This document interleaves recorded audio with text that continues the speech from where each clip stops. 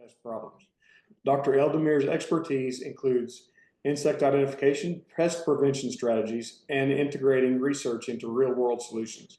Known for his ability to bridge science and practice, he continues to shape pest control practices, ensuring safer, healthier environments for all. So we are lucky to have him here, and I'm looking forward to getting elbow deep into this talk. Thank you so much for being here. Do you guys see my presentation? Yes, sir. Well, I'm sorry, I gave you the bio that I used to apply for jobs. Usually, it's just a bug doctor. Um, do you guys hear me? I'm gonna get started here. So today we'll be talking about let me get rid of this. Talk about pest control and multi-housing apartment building. So what I'm gonna do here today is probably you're gonna see some slides that I'm gonna go over quickly, and other slides I'm gonna maybe spend more time on it because they are more important. So I just made that presentation really a basic, comprehensive one, and if probably you guys already know most of it, but I'm sure there is maybe one or two information that you can get out of it. So as we talked earlier, if you have any questions, you can reach out to me or ask me directly after the presentation. Now, it makes sense when we start talking about pest control in apartment building to review some of the challenges that we have. I identified like 10 common ones, but I'm sure there are way more than 10 challenges that we face in multi-housing environment. So first of all, many people live in multi-housing, and that's gonna generate a lot of food resources, garbage, trash, moisture, and clutter. All these conditions attract pests, including rodents, fly, roaches, and ants. So we have seen something like that probably in one of our accounts, or maybe some of them, where the garbage is not maintained, and the major problem that attract bugs and pests into the location. Another thing which is really frustrating for pest control folks is that in multi-housing, they share many things. They share the wall, sometimes they share the ceiling and the floor, and they also have access to different rooms. For instance, community rooms, utility rooms, and some apartment building, they actually share hallways and other stuff. So for this reason, the movement of pests is so easy between units. And whether you are using the laundry room and pick up a roach or a bed bug or whatever, or they sometimes move freely from one unit to another. It's not important how much the units are clean or maintained. Bugs sometimes move from one unit to another because they don't have enough food in that unit, or they become overpopulated. Sometimes they grow to the level that they need to move, and other situation where they get disturbed, like the tenants start to spray roaches, or they call for a pest control service, and then before you know it, the roaches moved from one unit to another. I'm showing here roaches, German cockroaches in one unit, and eventually they are actually going from this unit to the adjacent one. Bed bugs in this unit is really severe, and moving to adjacent units. And I walk in the hallway, and this guy wanted to shake my hand, and guess what he brought with? Bed bug. The bed bug came out of his pocket. So the bugs move really freely in this environment. The other thing that we have seen as a problem, sometimes a new tenant comes and bring with pest that the management are not aware of, or the opposite. We have multiple times people move into a new location and end up facing pests that they have no idea it is existed. Like, most of the time, roaches, bed bugs. But recently we had a situation where they moved into a unit with a closing mouth. And it happened that this lady has a lot of expensive clothing. Um, One of the challenges also that you don't have access to all the areas that you want to inspect. So let's say one unit has a problem with roaches or mice, and you want to inspect adjacent unit, or sometimes you go there and you find a room and nobody has a key to it. What is inside this room? Nobody knows. So in this case, your treatment is not going to be successful because the source or part of the sources is inaccessible. Um, Sensitivity. Multiple times you have people who have allergic reactions to some chemical, and some of them they are afraid from chemical. They have phobia towards pesticide. With situation like that, you're limited. You can't do what you're supposed to do. You have to have alternative solution for these individual, and sometimes it's really hard to deal with them in the first place. Um, in some places, they use the same pesticide, whether it's a gel bait that they have been using it for many years, or the same spray. And that's going to lead to a resistant. And you guys know resistant is a genetic. So if you have one resistant cockroach, the cockroach will pass on the resistant gene to the next ones, and before you know it, whatever used to work is not working anymore because of the resistance. And that's why we have to come up with the rotation of pesticide treatments in apartment building. Cost, and this is something that most of you have faced. Some of the multi-housing don't have a lot of money. Their budget is not that high, especially if they have a lot of units and they have a lot of infestations. So multiple infestations increase the cost, and they start to do shortcuts, whether they do it themselves or hire somebody with no experience. And in the long run, they end up with more pests. So they allow the pest population to explode, to build up, and then it's really hard to deal with it because they decided not to spend money to fix the problem.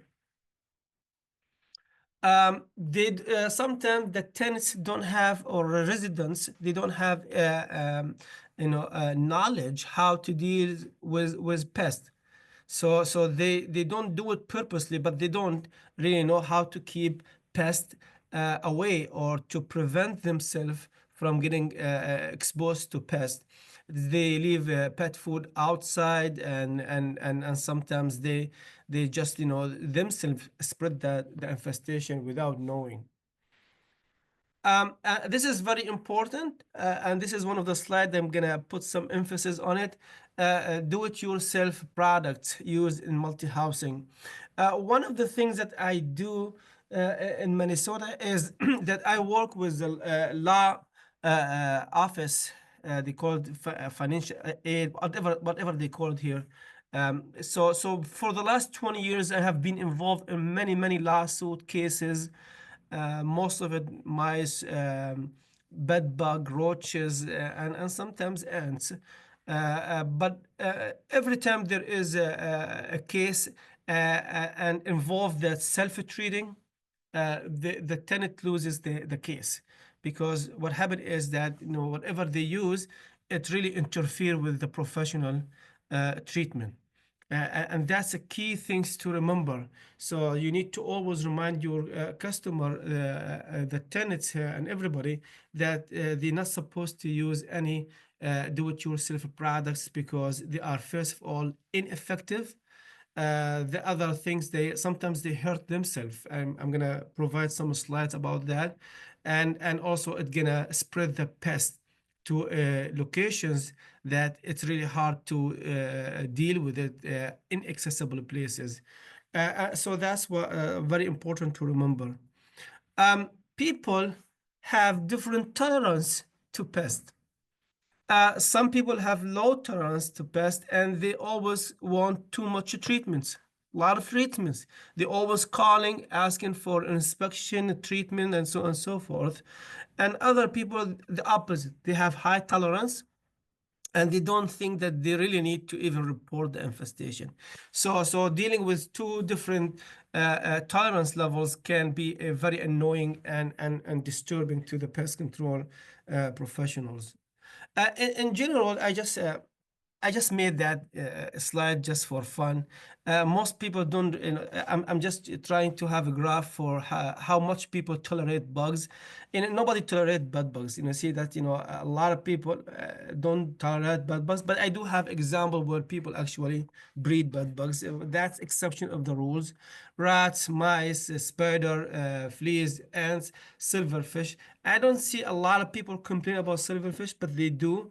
But it depends. So what I'm trying to say here, it depends on the pest itself, and then there is a correlated tolerance level about it. Now, how we gonna meet the challenges? Probably all of you heard about IPM. There is at least 20 plus definition of IPM. So I just made my own. So this is what I think IPM should be. It's a teamwork and smart strategy put together. You're gonna see in my presentation here that I'm gonna put too much emphasis in assessment. So you see the assessment here has 35% of the pest control efforts, and then followed by prevention. 30% of the effort should be how to prevent the infestation, and only 15% elimination, meaning how we remove them, how we kill these bugs or pests. And we're gonna be talking about documentation and communication and education. So as I go, I'm gonna just tackle these components of IPM.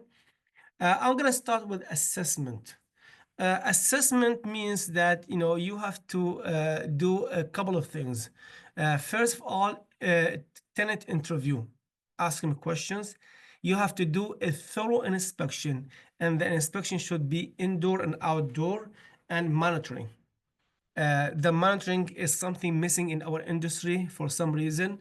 And when you do that, you're gonna get information about where you're gonna find the hot spot, the risky areas, and then you focus your treatment there. Because you don't want to spend your time in apartment building just going from one unit to another or from one area to another. Most of the time you have only 20 minutes, 15 minutes, 25 minutes, 40 minutes, whatever you have. You need to put that time into effect, and you need to focus in the risk areas. And also with assessment, you have data, and you can track effectiveness and adjust the treatment as needed. And also it is a chance for you to work with the tenants and management of the building to build a relationship to treat for the infestation. So in tenant interview, there are many ways to interview the tenants, but I want to make sure that you include in your questions a couple of important key questions. For instance, what is it? What is it? What is the pest? And then how many? Why you ask how many? Because you want to know whether it's an infestation or just introduction. How long? Is it seasonal or continuing, consistent problem, and where? So you can focus at that area. You want to go and tackle that area of problem, and also ask, whether there is a damage or not. But unfortunately, you can't lean towards the using the information of interview for the treatment. You're gonna have to remember that some people do provide accurate information, and other don't. But for some reason, we talk about low tolerance. They don't have tolerance. They tell you bugs everywhere. Say, where are they? Everywhere. Like, I have hundreds of them everywhere. People who have high tolerance, they say just a couple. We have sent technician to a location, expecting there is just a couple of bed bugs, and it turned out to have like thousand of them. Imaginary, you all guys have heard about delusory parasitosis. People think they have bugs on them, breed on them, jump on them, crawl on them, and so on and so forth. And simple things, sometimes they don't know, they misidentify it. For instance, just give you example. This person sent email, said, "What is it? What is this insect that was in my kitchen cupboard after your technician sprayed this morning?" Well, it turned out to be it's the gel bait that he used. So do not totally rely on the interview of the tenants. You're gonna have to do a thorough inspection, and that should be indoor and outdoor. So before I go into the inspection, I want to make sure that I give some tips, inspection tips, and these tips can help you how to form and shape your inspection. First of all, you have to be ready. I have learned this from the hard way. You go to an apartment building and you don't have the tools needed to do the inspection. Then the inspection is failed. You have to have flashlight, make sure it's charged, inspection mirror to see the areas that you can't see with your eyes, with in that hard to reach areas. Knee pad, because you have sometimes to crawl on your knees. This is very important about the tool.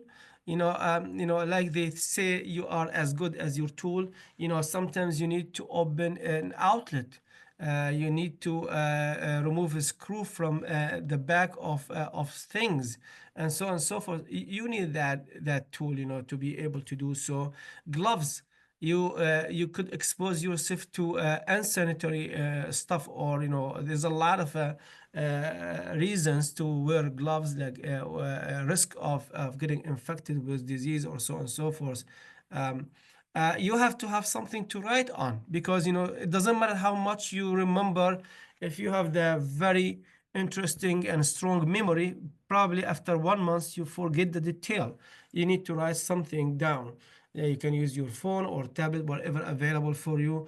And my advice always to take pictures and videos.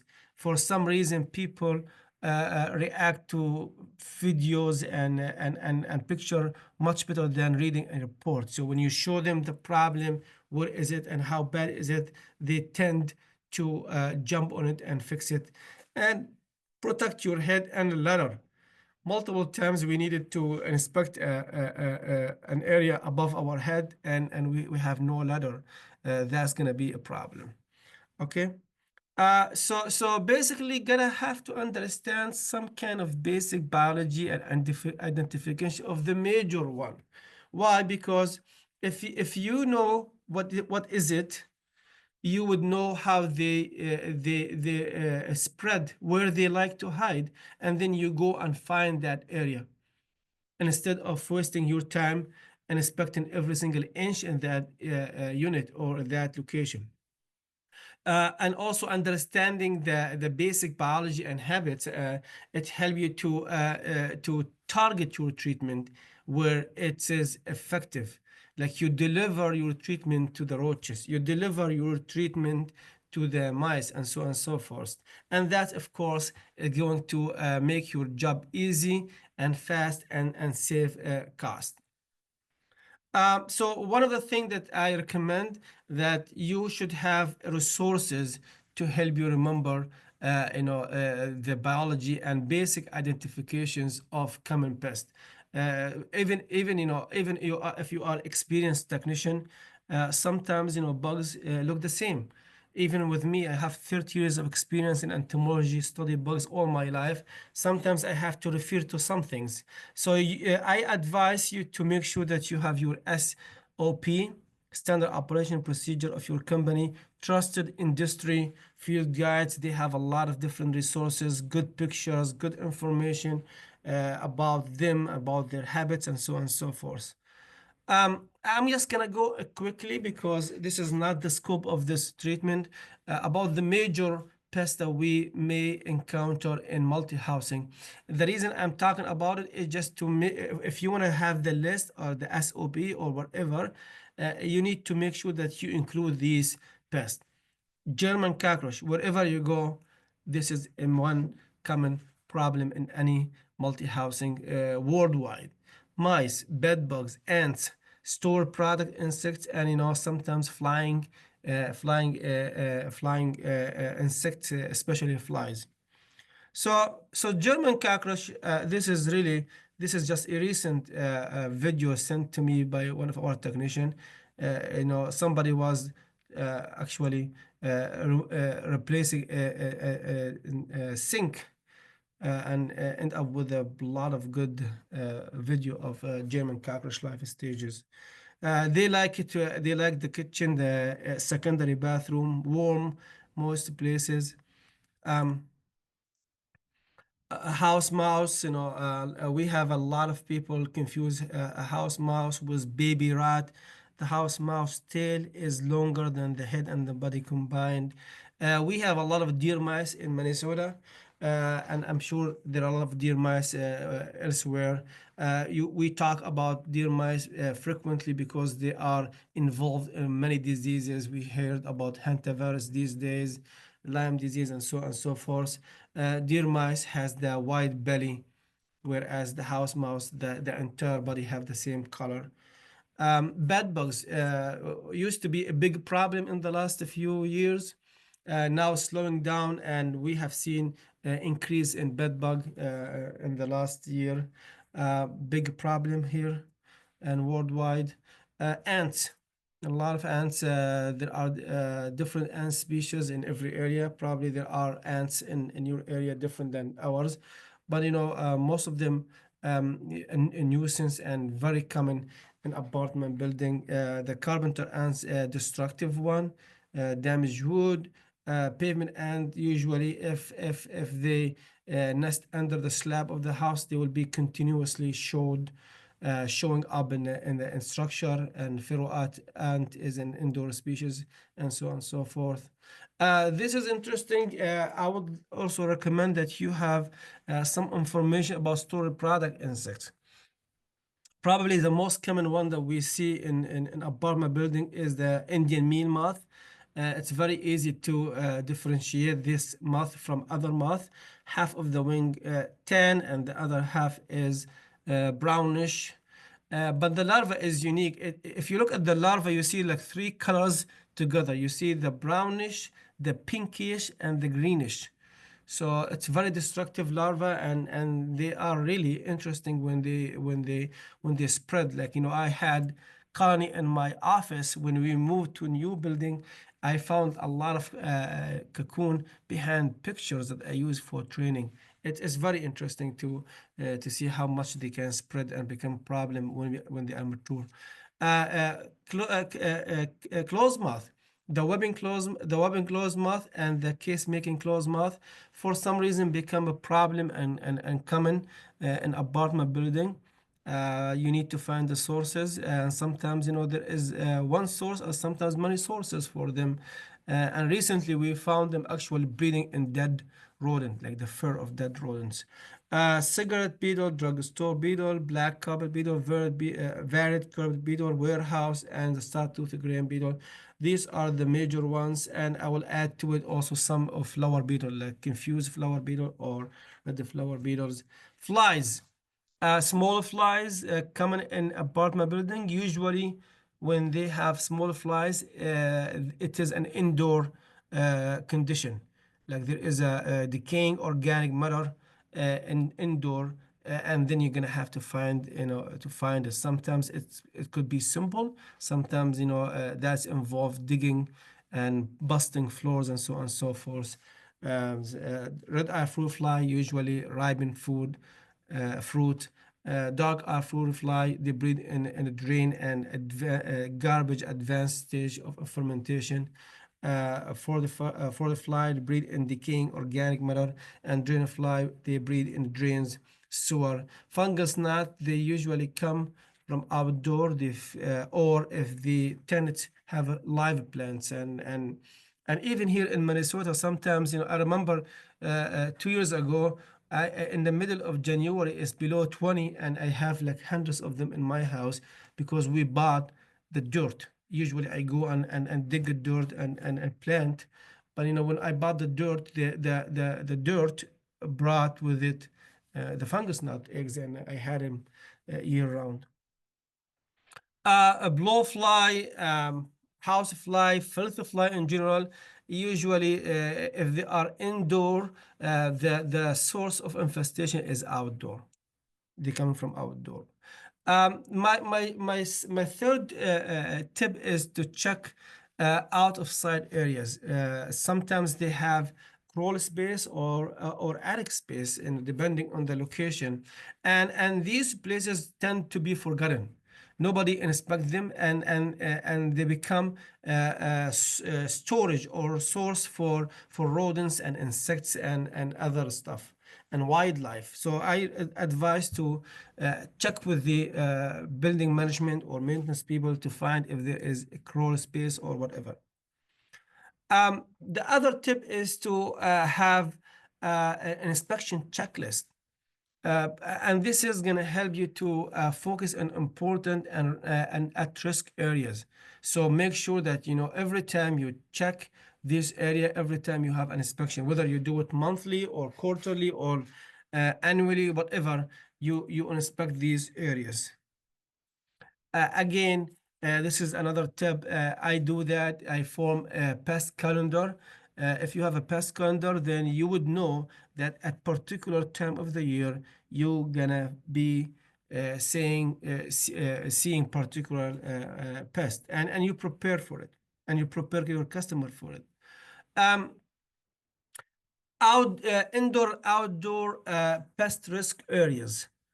You probably heard about this thing. People call them different names: conducive condition, pest vulnerable areas, risk areas. So what you're trying to do in your inspection is you are actually finding these conditions that either attract the pest or support them.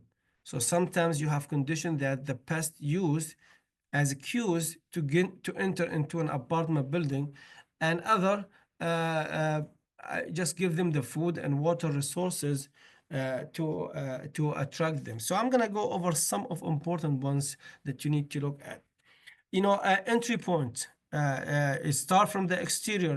Last week I have also a lawsuit with somebody sued the landlord because wasp and ants, which is really interesting. I went to the an apartment building, and I found a lot of entryways, crevices around the exterior. Focus on the areas where the AC cable enter the structure, or sometimes the problem actually up on the roof. We tend to focus on the lower level around the exterior, but we don't look up to the roof line and see probably there is an entry point for pest. When check the front doors, if you see the light that indicate entry points for mice, rats, and bugs. Advise them to keep the vegetation and the tall maintained. Tall grass equal bugs and rodents and other stuff.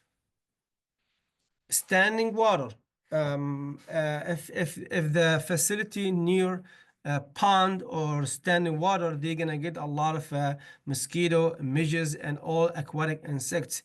And also water, when they're available, they attract wildlife, and wildlife sometimes bring ticks and fleas and so on and so forth. Um, Trash area. We're gonna be talking about trash area multiple times. So the trash area, if it's not maintained and maintained, will be a source for flies and wildlife.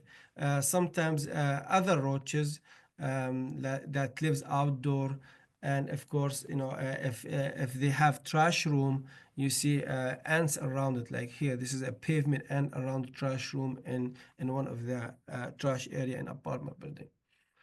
Um, of course, dropping. People sometimes have a place where they walk their dogs or their pets and end up leaving dropping behind the dropping and scats will attract flies and become established in that area, of course, they're gonna find their way into the apartment building through an open door and other stuff. Make sure to look for the mob closet where the janitors keep their equipment. Sometimes it is the source. In this particular location, they left the mop bucket with standing water, filthy water, and up with a dark eye fruit fly infestation that spread throughout the whole building. This is similar to our talk when we talk about restaurant. In some places they have broken tiles and they have missing grouts. And I took a picture here. If you look, you're gonna find that at least there are 9 to 10 pupa cases of dark-eyed fruit fly. 1, 2, 3, like 9 of them.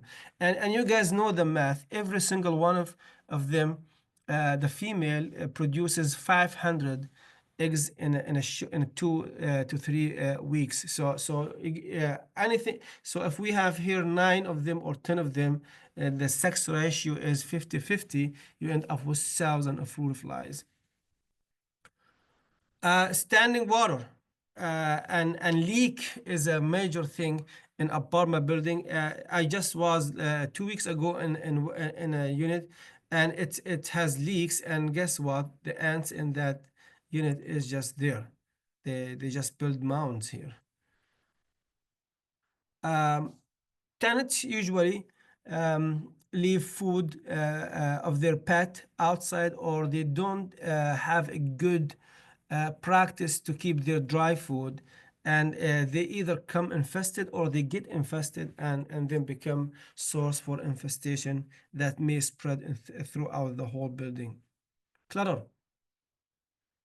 One of the problems that we see in apartment building, clutter. This picture was taken by myself in a place where they have bed bugs, and there is no way you can actually do an inspection or treat with this kind of clutter.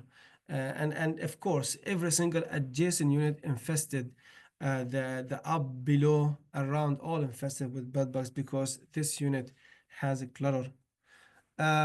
People usually leave doors and windows open, vent open. So you need to recommend to your maintenance folks in the apartment building to make sure that the doors and windows are closed when they are not in use. Otherwise, they're gonna end up with bird, bugs, bat, and wildlife. A lot of people overwatering. They probably like plants too much, but they give the plants a lot of water, and that's gonna end up with standing water or fungus gnat. Fungus gnat like moist soil. Um, it is one of the most important tip to remember when you do an inspection in apartment building is to inspect underneath the stove and behind the fridge.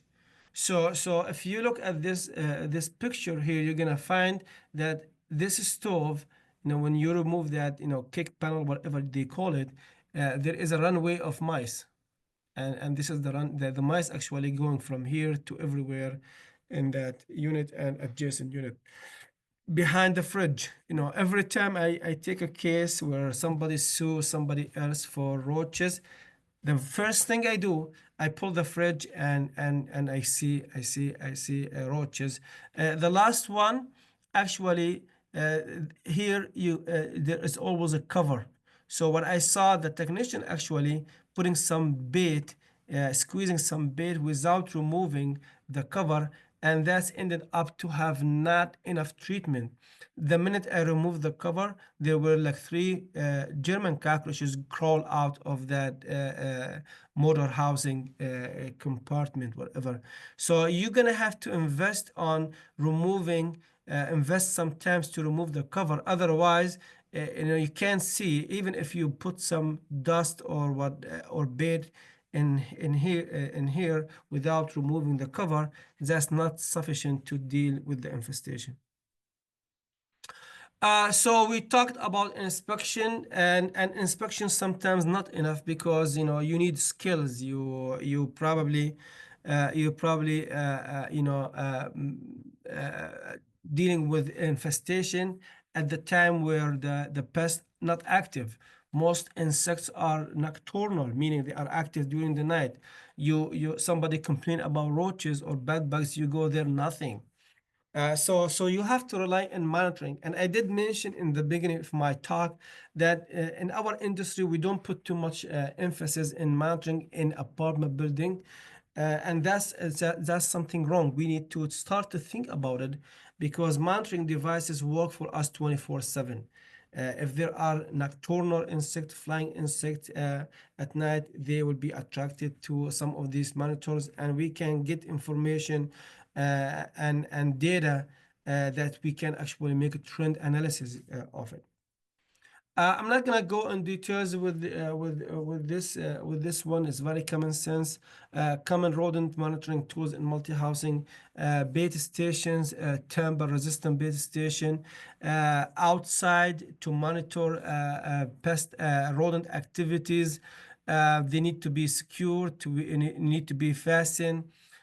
So pet and children cannot pick them up. You have to follow the label direction. I've seen I can talk for hour about sometimes they do not put the right amount, not follow the label direction, and so on and so forth.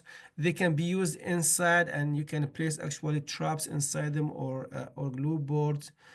This is not really intended to save guns. We have seen in one of our locations somebody decided to keep his gun in one of our rodent bait station. That's not what the intent of use for this kind of one. So be careful what you're gonna see inside these ones. Sometimes rats, jumps up into you. So be careful when you open these things. Multi-catch, different types, glue traps. This is really interesting, creative way of catching. This has happened to be the deer mouse in this way. So you be careful when you use glue traps because glue traps do not discriminate. They catch anything. And if they are placed in a wet area or dusty area, they are useless. And sometimes people step on them and they get angry and they start to actually put them in a wall or so on. So make sure that you put them in a place where they can actually encounter the pest. Insect light traps, they are put in places where they capture flying insects. So the recommendation is do not put them in a places where actually people see them. So because you don't want the insect light traps to attract pests to the common areas where people see them, and also you don't want people to start seeing bugs and start complaining and freak out. So trash room is a good place for insect light traps. Laundry rooms, utility rooms, basement storage, mechanical room near the exterior where to intercept any flying insect without making the insect light traps visible from outside, and so on and so forth. Pheromone traps. I mentioned, Indian meal moth and clothes moth. So different monitoring devices, traps need to be available in case of infestation, and they help you to figure out if you still have infestation. Sometimes they don't pinpoint the location of the breeding source, but they give you idea.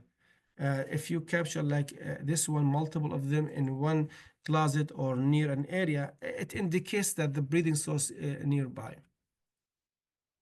So this is another slide that I would like to put some time on it, folks, which is to use a scale. So whether you are taking over an account that you never been there from another company, or you have an account that you service for a while, you have to establish scale. What does mean scale? It's an infestation scale. And for instance, 1 to 5, whatever you like it, and you should really be familiar and understand what does 1 mean, 2 mean, 3 mean, 4, whatever. For example, 1, no pest. Some people, like myself, I like to have 0, which is no pest, 1 for few infestation. It's up to you to come up with a scale. Why is it important? Because it documents the infestation. For instance, you have a German cockroach going on for a while and they hire you to take care of it. What is it, the level? Is it 2, 3, 1, 5? And then track the changes of the infestation as you do and deliver treatment. Now, the next week or week from the 2 weeks from the initial treatment, it is 2, and then 1, and then 0. This using skills is going to show that you are doing progress or you are not doing anything.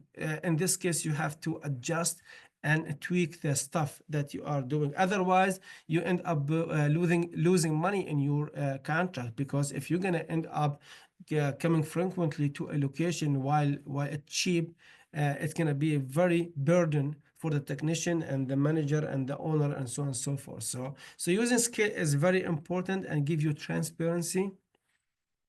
I just gonna give you example. So for instance, German cockroach. If you have high infestation of German cockroach, meaning you capture more than 100 roaches after one night of trapping, it's gonna take you 12 weeks to deal with the infestation. And actually, I myself did experiment, and we used like the entire IPM. We used the gel bait, the spraying, the vacuum. We went and vacuumed and actually brought all the roaches. We count them, and it took us 12 weeks to remove the German cockroach from one unit. So if there is a heavy infestation situation and you expect to solve the problem in 1 week or 2 weeks, that's not going to happen, because roaches and German cockroach particularly, they have cryptic behavior. They don't move. I have colony of them in my lab, and they don't eat a small amount of food. If you force them to eat, they die. So they don't move very often, and if you don't see them, that does not mean they are not there. So how do you actually, this is the slide that I'm gonna be talking about it right now. Actually, it's just a continuous to what I was talking about. So basically, let's talk about what are the tips that you're gonna give to your management folks, the apartment building management. First of all, they need to plug any entry point. See, this one, 2 weeks ago, I was involved in a case where the tenant suing the landlord of mice, and I went to the garage and I found this. So that's an entry point. Door sweep need to be clean. It need to be in a good condition. And also, when I entered the garage where she keeps her car under that unit, this is exactly the garage, and here is her unit. And look at the entrance. So this is where the mice actually getting into her unit. So whatever they're doing in a pest control, they're just harvesting the mice if they ever catch them. What's happening is that they're not actually finding and putting the time to find the gaps, the entry points, and deal with. And this is another one. And here is a wasp actually getting into the whatever here behind the wall. So something like that need to be filled properly. Self-closing doors. Cut tree back. If you are using ant treatment and you're using, for instance, Thermador or Agenda, it's 1 foot up, 1 foot out. And if you have a tree touching the building, that's not gonna help, because insect will pass by the treatment. Rodents can jump right into this roof and so on and so forth. Remove clutter from indoor and outdoor, because they provide a very interesting cozy shelter for many pests. Pipe need to be leaky pipe or leaky places need to be fixed. Every time I go out and I see leaky pipe, I see ants in problem. I see a lot of different things there. So they need to be looking for a leaky stuff and fix it. Advise them to keep cleaning the common areas. and also maintain the lawn and the turf. I love this air curtain thing. I always advise to install it. Not everybody like to do it because it's sometimes expensive, depending on the size of the door. So the air curtain help with putting the air and making the flying insects not to enter, disturb them. You know, every time you walk into big store, you see the pressure of air comes on you. So this is actually a good mechanism to keep the pest away. So if they can afford it, put it in the front door or areas where they usually have access to pests. That's really recommended. um, Maintain the waste area, the garbage area. You know, sometimes they have multiple people and a lot of occasions and end up filling the garbage, and you see the garbage actually outside the container. In this case, they need to have more than one pickup per week. We already talked about, you know, how important to keep the garbage area maintained, and at least, you know, keep them 50 feet away from the building. Another tip is to encourage the staff of the management to inspect um, merchandise, is to deliveries. So sometimes, you know, the bugs actually come with shipment. It happens to me in our office. Somebody brought office supply, and we had a roach. So the receptionist came to me and said, you know, here is a bug, and it was a male German cockroach. You know, it's not a food supply or nothing. It just came with the shipment. So they could, you know, you could give them some kind of references to look for bugs, and of course, um, they can take pictures or put them in plastic bags or tape and send it for your entomologist to identify them. If you inspect delivery in a very wise way, you know, as applicable, that could help reducing the introduction of multiple pests. Uh, so prevention, some apartment building have utility room that they don't even open it, and it could be also a conducive condition for multiple pests. Advise them to buy only what they need and put them in a plastic container or a containers where you can actually see the damage. My theory always, most of stored product insect life cycle is 21 day. So if you buy a cereal or buy dry fruit or whatever and you don't eat them in a month, you're probably gonna end up with infestation. So first in, first out. Talking about also reducing clutter and cleaning stuff. Like, you know, here is a video of behind the oven. It's in a nice area, clean, but you know, a lot of crumbs and food residue behind the oven. And here is the payment and infestation. Dispose the garbage regularly, and don't feed the animals, the wildlife animal, in this way, because when they do it this way, they attract them to the location and become a problem. So then you need to encourage them to report any moisture problems, and also report any sign of infestation, and tell them how to report it, how to keep it, how to maintain it. I have multiple people actually mail bugs to me. I had actually last month somebody mailed to me in live bed bugs inside an envelope, not even inside a plastic bag, just that's put the live bed bugs inside an envelope, and you just seal it and send it to me, live ones. So that's not really a good way to send samples. Now let's talk elimination. How much time I have? So elimination, not in details. So basically, when you're gonna do treatment in the apartment building, the first thing you need to consider is their schedule. Sometimes you know you are ready to go and do the treatment, but you don't have access to the unit because the tenant is not giving access, or there is something conflict of scheduling. Make sure that that's taken care of. Ask about chemical sensitivity.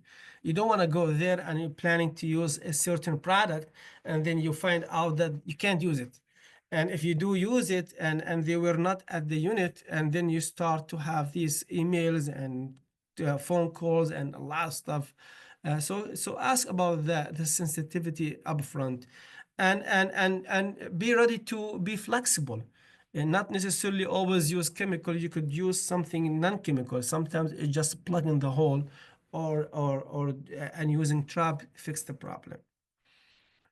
Dust spray, bait, or granule. People say, what is the best way to deal with the certain pest? It depends on the pest itself, whether the pest live in a crack, crevice, nocturnal, or they are active during the day, fly, crawl, whatever, and the convenience and the effectiveness. So whatever you do, you have to take in consideration the safety of the occupants, residents, the non-targets, and how to avoid the risk of contaminating food. So whatever you do, you have to deliver it to the pest. So this is my comment here. If you think that the roach or the mice will not encounter your bait, then don't do it because it's just a waste of your resources. Dust should be in a void, crack. If the dust are visible, this is not a true correct treatment. Here in Minnesota, we have snow. I always tell our technicians that if you have a pile of snow or a snow bank, you won't walk through the snow bank. You walk around it, and the same thing with bugs. And we have seen multiple situations where the bed bug itself refrain from a thick treatment of dust.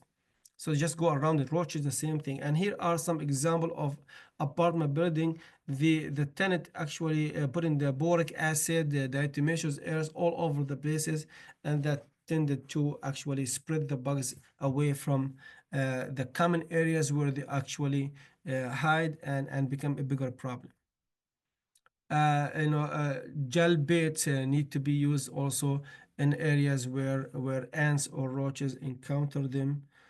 And for rodent-based station or rodenticide, they need to be in temper-resistant bait stations. And you have seen something like that, people putting stuff here, and that's illegal application. They can't be like that. They should be in timber resistant base station. And sometimes the squirrel, you see the squirrel, we have a lot of squirrel here, they chew the bait station. When they do chew it, they eat the bait, and you can see a lot of bait residue everywhere, and then the dogs come or non-target comes and eat them and become a problem. And this is an apartment building where the tenant actually put a rodent block here, because you see this is a runway of mice between the two units. So something like that need to be addressed and looked at, and never not allow it in a situation like that. When you do bait station outside the perimeter of the apartment building, make sure that you really understand the spacing and the location, because sometimes you put them in a place where there is no activity. Like for this one, the green one here, you see that they did eat some of the bait. In this experiment, we put different baits and soft versus solid, but in the yellow one, everything was eating. They left nothing in the base station. So as a pest control, doing inspection and service the rodent base station, you have to make sure you adjust it and put them in the places where there is activity. When you use dust, when you use spray, make sure you do the right treatment, not drift to a non-target area. Swipe instead of just spraying the pesticide randomly. Sometimes people smoke, and if they smoke and you treat with liquid insecticide, you see that the color of the area changes, and then they complain. outdoor treatment, different techniques, because as I said, the bugs usually come from outdoor and invade indoor. Heat treatment for bed bugs, and there are also heat chamber that you can provide for those who want to heat items that cannot be treated. So communication is a very important, and I dedicated 10% of IBM to communication. You have to communicate. What is it? What is it? It's not like, I treated your kitchen. Thank you for your service. That's not enough. What is it and where?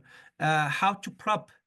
Some people, they don't know English, so you have to have different languages and to go over the prep sheet with the customer, the management or whatever, to make sure they understand it.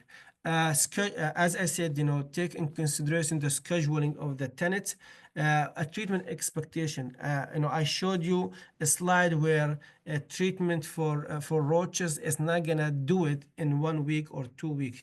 You have to tell them exactly what's going to happen. If you are using bait and they have ants, you have to tell the residents that, the next day you're probably going to see more ants. Why? Because you give them a food to eat and die. So they have to be patient, not to call you, say, you know what, I have more ants than ever after your treatment. And responsibility of the tenants. We mentioned a couple of things that they can use, and some of them they will be happily to do it. Like, first, we talk about first in, first out, and reporting things and making sure not to use do-it-yourself product and so on and so forth. So documentation, if it is not written down, it's not existed. It's help to help in documenting the treatment expectations, and it give you transparency and help you develop partnership with the customers.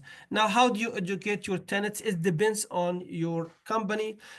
Sometimes you host seminars like this seminar, monthly, quarterly, annually, and invite them and teach them about the proper way to deal with pests, preventative stuff like that we went over, or give them brochures. People like brochures, and or send them links. These links can be actually placed on the company website, or to the apartment building or the management company website. Whatever you provide to them, make sure it include common pests, how to identify them, how to deal with them, and also remind them to not use do-it-yourself products, because they end up to be risky and spread pests and make their treatment of make the professional treatment ineffective. So in summary, the IBM component, the assessment, the prevention, the elimination, documentation, education, you basically, what you're doing is you are forming a partnership with the tenant, with the staff of the building, and the professional. Work together to solve a pest issue. Communication clear. Ask them for a report. You give them report. The report is comprehensive and have the recommendation and responsibility for every party involved in the treatment, and stay flexible. What does it mean? If you are one of those people who use one way to treat for bugs, that's not going to happen. You need to be flexible and find different tools and different ways, and not necessarily expensive one. Could be cheap one, but effective, smart way to deal with bugs, and focus on prevention and education.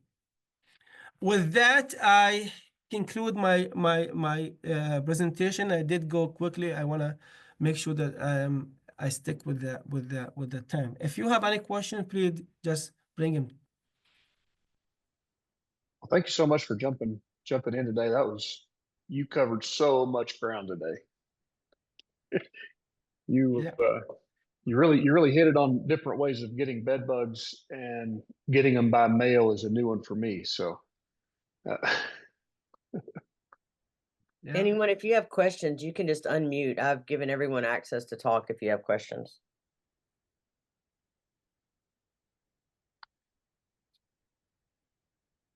Hey, I'll ask a question. I posted in the question thing, but So, your information's great. I mean, very practical. Appreciate the information, but our experience has been, you kind of said it in one of your first slides that, the owners typically don't want to spend the money to treat. I'm curious are you willing to share what Adams charges per door for multifamily units? To be honest with you, I'm the wrong person for this. I'm the technical guy. If they even tell me, I don't listen. But it depends.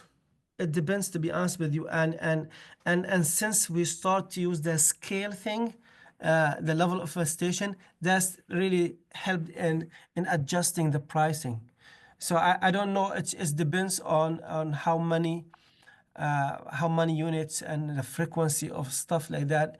If you like, email me. I would maybe have somebody from our company to share the information with you. I don't know our pricing. Yeah, if somebody can post an email, I'll email you. Mr. McKee, I'll send you a contact. Thank you. Yes, sir. All right, anyone else?